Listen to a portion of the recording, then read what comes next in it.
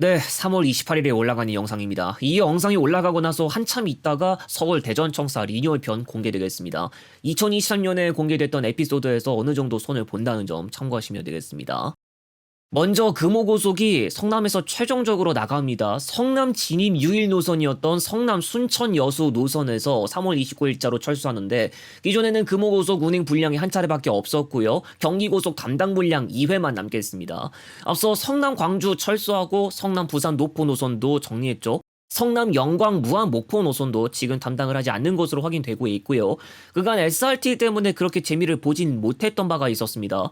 성남 순천 여수 노선은 하루 2회만 운행하는 SRT 여수 엑스포행과 경쟁 관계를 형성했는데, 시외버스 운행 횟수가 많이 적었을 뿐더러 소요 시간은 밀리고 있었습니다. 금호고속이 경기권에서는 새로운 노선 담당을 하면서 새 지역을 가는 것도 있었지만 철수하는 지역이나 노선도 생기고 있었죠. 앞으로도 성남에서 고속 시외버스가 자리를 잡는 건 여간 쉬운 일이 아닐 것으로 보이는데, 혹여나 SRT가 편성 추가 확보로 그간 운행 횟수가 많이 적었던 계통에 증차라도 되면 답은 꽤 나온 셈입니다. 참고로 금호고속과 관련해서는 추가로 어떤 소문이 있는데 나중에 공문이 나오는 대로 좀 더 정리해 볼 수 있도록 하겠습니다. 지난 영상에서 언급했던 이야기에서 조금 더 보충해드리도록 하겠습니다. 4월 10일부터 서울 경부 태백 노선이 운행을 시작할 예정이고 하루 3회 배차됩니다. 태백시 등에 따르면 해당 시외버스는 고안을 경유할 예정이고 전구간 35,000원, 고안까지는 31,400원으로 운영됩니다. 앞서 지난 영상에서 말씀드렸듯이 하루 한 차례만 운행하는 서울 남부 고안 태백 노선이 있죠. 같은 서초구 취급 노선이라는 점과 시내 대중교통 연계성이 좀 더 좋은 강남터미널의 조건 등으로 인해서 서울 남부 고안 태백 노선을 운행할 명분이 떨어지려고 하고 있죠.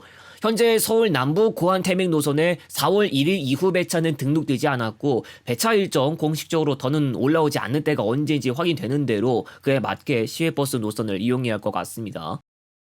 전북고속 전북여객과 전북도 간이 여전히 입장차를 보이고 있는 가운데 무주 진안 장수 지역으로 가는 시외버스 노선의 감축 운행이 현실화될 것으로 보이고 있습니다. 운수사가 현재 21개 노선에서 총 58회 왕복 운행 중인데, 운수사의 경영난을 이유로 15개 노선 26회에 대해 휴업 폐지를 신청했고, 운수사가 요구하는 사항이 받아들이지 않는다면 4월 1일부터 운행을 중단한다는 입장을 보이고 있습니다. 전북도는 평균 이용객 수가 9.4명 이하이면서 다른 교통수단으로 대체 가능한 6개 노선 9회 운행에 한해서만 휴업을 허용하는 안을 제안했습니다.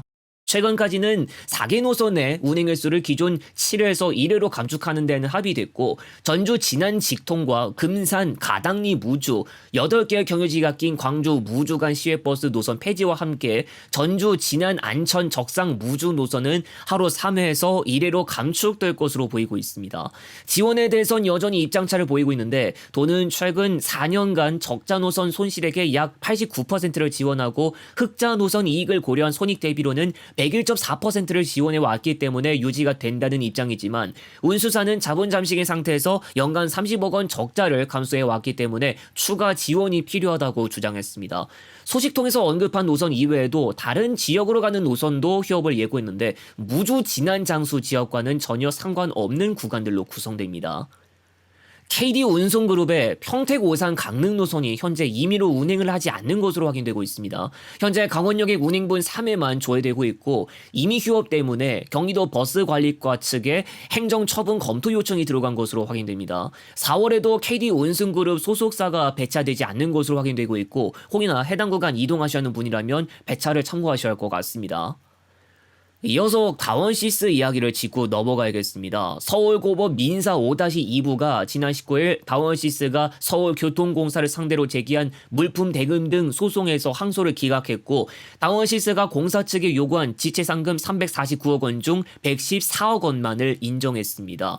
2018년 다원시스는 서울교통공사와 총 1,500억 원 규모의 전동차 제작 납품 계약을 맺었는데, 지연시 지체 일수에 따라 지체 상금을 부과하도록 되어 있었습니다. 공사 측은 납품 지연 일수에 따라 약 349억 원을 공제하고 나머지 물품 대금만 지급했습니다. 이에 다원시스가 설계 변경과 승인 지연, 코로나19에 따른 부품 수급 차질 등은 자신들의 책임이 아니라면서 소송을 제기했습니다.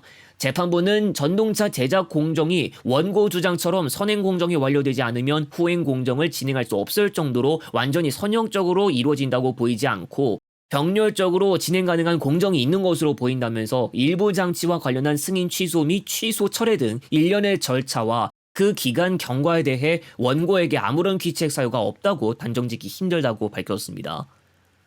서울 원조 리뉴얼편은 오는 31일에 공개하겠습니다. 제작과 공개 일정을 미루면서 많이 지체된 점 죄송합니다. 4월 인천공항 지방편 공개할 계획이고 정확한 노선이나 구간은 제작에 착수하는 대로 알려드릴까 합니다. 다음 영상에서 다시 오겠습니다.